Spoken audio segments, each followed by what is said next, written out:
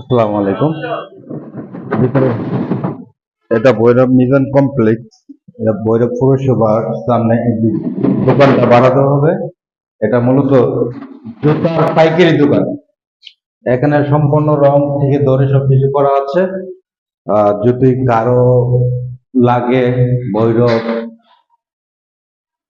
কিশোরগঞ্জ ভৈরব না পৌরসভার সামনে মিজান কমপ্লেক্স, মুন্সি মার্কেট, হাজি মার্কেট। যদি কারো এরকম দোকানের সন্ধান মনে করেন লাগবে অথবা পুরাটা সাইড দেখো ঘুরায়,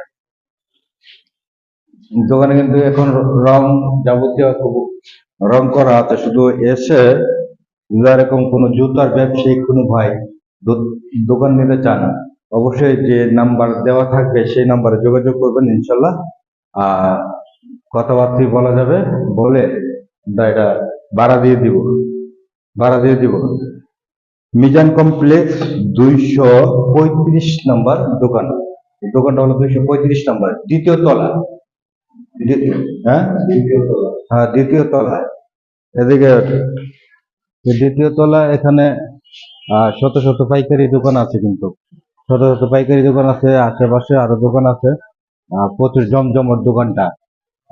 তার যে এখন বর্তমানে নাম দেওয়া আছে রংকা,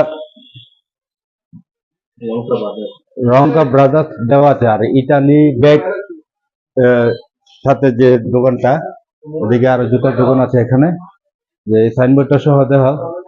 আর যে নেবেন অথবা নাম সম্পন্ন সবকিছু পাল্টে দিতে হবে।